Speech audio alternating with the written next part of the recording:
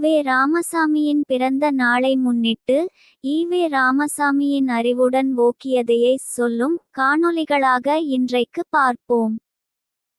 இருப்பதிலேயே மானக்கேடான நட்பை கொண்டிருந்தவர்கள் ஈ.வே. ராமசாமியும் ராஜாஜியும் எனலாம். எப்படி என பார்ப்போம். நட்பு குறித்து தெய்வப்புலவர் வள்ளுவர் கூறியதற்கும் ராஜாஜி நட்பில் இருந்த ஈ.வே. ராமசாமிக்குமான முரண்பாட்டையும் பார்ப்போம். நட்பு அதிகாரத்தில் நட்பு குறித்து 10 அற்புதமான குறள்களை வள்ளுவர் கூறியிருந்தாலும் ஈ.வே. ராமசாமிக்காக 2 குறள்களை மட்டும் எடுத்துக் கொள்கிறோம்.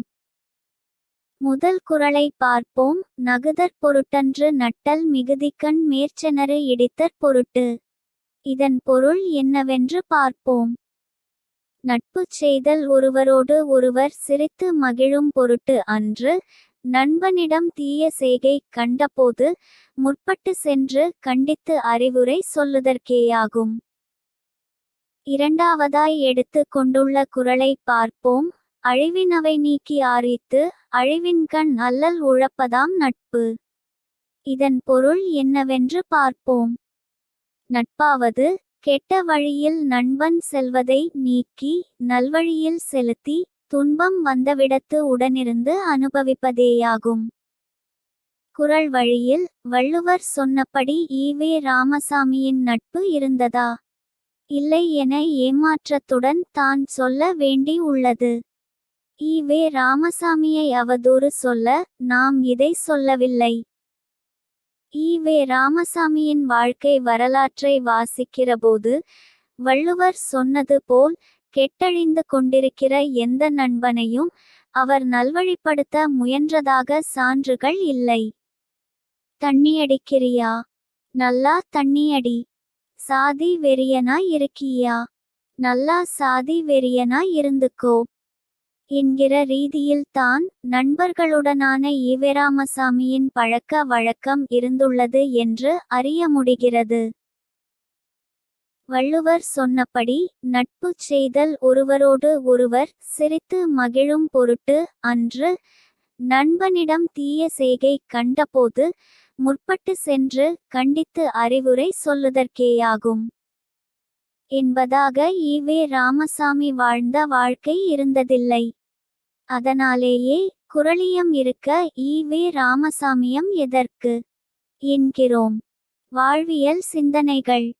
சூழ்நிலை கைதியாகாதவரே சுயமரியாதை வீரர் என்கிற தலைப்பில் 5/2008 நாள் விடுதலையில் கி. வீரமணி எழுதிய கட்டுரையிலிருந்து ஒரு பகுதி. தந்தை பெரியார் அவர்கள் எழுதிய ஒரு கட்டுரையில் மிக தெளிவாக விளக்கியிருக்கிறார்கள். எனது நண்பர்கள் பலருக்கும் நான் அளித்த விருந்தில் மதுகூட தந்துள்ளேன், அவர்களுக்கு அதில் அதிக விருப்பமுண்டு என்பதால். ஆனால் நான் அவர்கள் எவ்வளவோ வற்புறுத்தியும் ஏன் என்னை வலுக்கட்டாயமாக பிடித்து என் முகத்தில் போதை அளவுக்கு மிஞ்சி அவர்களுக்கு ஏறிய காரணத்தால் ஊற்றியது கூட உண்டு. நான் முகம் கழுவிக்கொண்டு வெளியேறுவேன். சிகரெட் செயின் ஸ்மோக்கர் என்று கூறும்படி தொடர்ச்சியாக புகை பிடிக்கும் பழக்கம் உண்டு. நினைத்தேன், ஒரே நாளில் நிறுத்தி விட்டேன். இப்படி ஐயா எழுதினார் என்று அந்த கட்டுரையில் கி. வீரமணி கூறி இருக்கிறார். வள்ளுவர் கூறிய நட்பில் இருக்க வேண்டிய ஒழுக்கமும் பண்பாடும் ஈ.வே. ராமசாமி காட்டிய நட்பில் உள்ளதா? கடுகளவு கூட இல்லையே.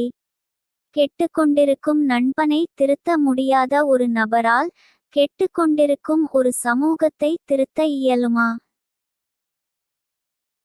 கி. வீரமணி ஏன் அந்த கட்டுரையில் ஈ.வே. ராமசாமி குறித்த தகவல்களை பகிர்கிறார் என்றால், எவ்வளவு கேவலமான பழக்கம் கொண்டுள்ளவரோடு ஈ.வே. ராமசாமி பழகி இருந்தாலும் கற்புக்கரசி போல கெட்டு போகாமல் சுத்த பத்தமாக இருந்தார் என்பதை தான் சொல்லாமல் சொல்லி, சூழ்நிலை கைதியாகாதவரே சுயமரியாதை வீரர் என பாராட்டுரை வழங்குகிறார். நண்பர்கள் எக்கேடு கெட்டு போனாலும் அவர்களுக்கு கவலை இல்லை. ஆனால் இதில் ஈவே ராமசாமியோ கி வீரமணியோ பெருமை கொள்ள ஒன்றுமே இல்லை. குடித்து கொண்டிருந்த அந்த நண்பர்கள்தான் ஈவே ராமசாமியை நட்பாக பெற்றதற்கு வருந்த வேண்டும். நமக்கெல்லாம் நல்லது கெட்டது சொல்லி வளர்க்க ஒரு ஆள் இருந்திருந்தால் இப்படி கெட்டு நாசமாய் போயிருப்போமா என கூறும் எத்தனையோ பேரை நாம் பார்த்திருப்போம். நல்ல பழக்கங்களை சிலர் இயற்கையாகவே பெற்றிருப்பார்கள். தீய மற்றும் நல்லவற்றை இனம் பிரித்து பார்க்கிற வல்லமை எல்லோருக்கும் இருந்துவிடாது. அத்தகையோர் யாரோ ஒருவர் எடுத்து கூறினால் கேட்டுக்கொள்வார்கள். பெற்றோர் சொல்லி சிலர் கேட்பார்கள். பெற்றோர் சொல்லியும் கேட்காதவர்கள் கூட நண்பர்கள் சொன்னால் கேட்பார்கள். அதைத்தான் வள்ளுவர் கூறுகிறார், நட்பாவது கெட்ட வழியில் நண்பன் செல்வதை நீக்கி நல்வழியில் செலுத்தி துன்பம் வந்தவிடத்து உடனிருந்து அனுபவிப்பதேயாகும். ஆனால் வள்ளுவரிடமிருந்த இந்த தெளிவான புத்தி சிந்தனை ஈவே ராமசாமியிடம் இல்லை. அதனால் தான் நண்பர்களுக்கு மதுவை வாங்கி கொடுத்து அவன் போதையில் செய்த அநாகரீக செயல்களை பார்த்து கொண்டே இருந்தேன் என்கிறார். உண்மையில் இங்கே யாரை பெரியார் என அழைக்க வேண்டும்? எல்லோரையும் கெட்ட பழக்கம் பழக்கவிட்டு அவன் செய்யும் கெட்ட பழக்கத்தின்போது கூடவே இருந்துவிட்டு நான் மட்டும் கட்டுப்பாடுடன் யோக்கியனாக இருந்தேன் என்று சொல்லும் ஈவே ராமசாமியையா அல்லது வள்ளுவரையா? தமிழகத்தின் பல பின்டைவுக்கு ராஜாஜி காரணம் என்பார்கள். எந்த ஒரு பார்ப்பனரையும் விட ராஜாஜியின் உயிர் சிநேகிதனாக இருந்தவர் ஈஸ்வே ராமசாமி. பொண்டாட்டி நாகம்மை செத்ததற்கு கூட அழுகாத ஈவே ராமசாமி ராஜாஜி இறந்ததற்கு கதறி கதறி அழுததாக சொல்வார்கள். அந்த நட்பு சாதி வெறி கொண்டிருந்த நண்பனை சாதி வெறியற்றவனாக ஈவே ராமசாமியின் நட்பு மாற்றியதா? ராஜாஜியை சாதி வெறியராக விடுதலை பத்திரிகையே அடையாளப்படுத்தி உள்ளது. 22 பிப்ரவரி 20 நாள் விடுதலை பத்திரிகையின் ஞாயிறு மலர் ராஜாஜி குறித்த ஒரு தகவலை தந்துள்ளது. மாலன்களின் புளுகுப் புராணம் என்கிற தலைப்பில் வந்த செய்தியில், முதல் அமைச்சர் என்கிற பதவியை விட பிராமணனாக இருப்பதில்தான் பெருமையுறுவதாக புலகாங்கிதம் அடைந்தவர் ராஜாஜி. ஈவேராவாதிகளால் இவ்வளவு கேடு கெட்ட புத்தியாளராக விமர்சிக்கப்பட்ட ராஜாஜியோடு பரிசுத்தவான் என சொல்லிக் கொண்ட ஈவே ராமசாமியின் நட்பு எதற்கு பயன்பட்டது? எப்படி குடித்து நாசமாக போகட்டும் என நண்பர்களை கைவிட்டாரோ அதைப் போலவே ராஜாஜி விஷயத்திலும்.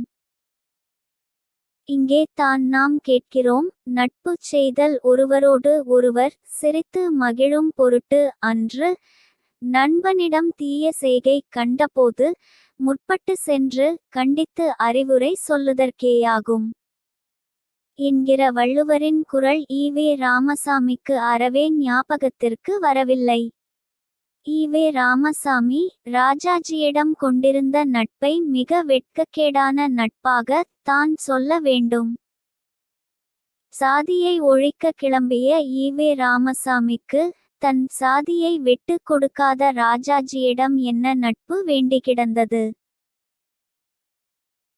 நண்பன் என்கிற முறையில், நண்பா, 72 வயதான தான் சிறுபிள்ளையாக உள்ள ஒரு பெண்ணை மணப்பதா வேண்டாமா என அவர் வீடு தேடி போய் ஆலோசனை கேட்டவர் குலக்கல்வி திட்டம் கொண்டு வந்தபோது அதை வீடு தேடி போய் கண்டிக்க வேண்டும் அல்லது அதை பற்றி பேச வேண்டும் என்கிற அறிவு ஏன் இல்லாமல் போனது?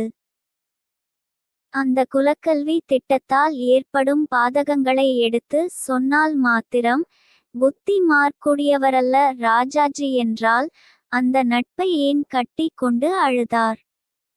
இதற்கும் வள்ளுவர் ஒரு குறளில் விளக்கம் சொன்னார். சீரிடம் காணின் எரிதற்கு பட்டடை நேரா நிறந்தவர் நட்பு என்கிற குறளில் வள்ளுவர் கூறியது, உள்ளத்தால் நெருக்கமில்லாமல் பழகுகிறவரது நட்பானது நம்மை அழிப்பதற்கான இடம் கண்டால் வெட்டி எறிவதற்கு மறைந்துள்ள பட்டடை போன்றது ஆகும். உண்மைதான். அந்த நட்பு விஷயத்தில் இருவருமே நேர்மையற்றவர்களாக தான் இருந்தார்கள் என தான் சொல்ல வேண்டும். ஊரிலிருக்கிற பார்ப்பனர்களின் பூணூலை எல்லாம் அறுக்க கிளம்பிய ஈ.வே. ராமசாமி ராஜாஜியின் பூணூலை அறுத்தாரா? ஏன் அறுக்கவில்லை? அதற்கொரு நியாயமான காரணத்தை ஈ.வே. ராமசாமியால் சொல்ல தான் முடியுமா?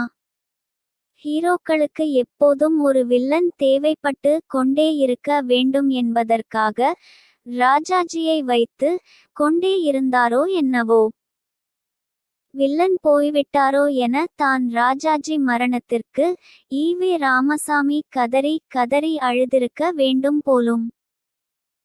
ஈ.வே. ராமசாமி 1. வள்ளுவர் சொன்னது போல நண்பனை திருத்தி இருக்க வேண்டும் அல்லது அந்த நட்பை துறந்திருக்க வேண்டும். இரண்டையும் செய்யவில்லை ஈ.வே. ராமசாமி. அதனாலேயே சொல்கிறோம் வள்ளுவம் இருக்க ஈ.வே. ராமசாமியம் எதற்கென்று. ரெண்டுங்கெட்டான் நிலை ஒருபோதும் ஒரு தலைவனுக்கு அழகில்லையே.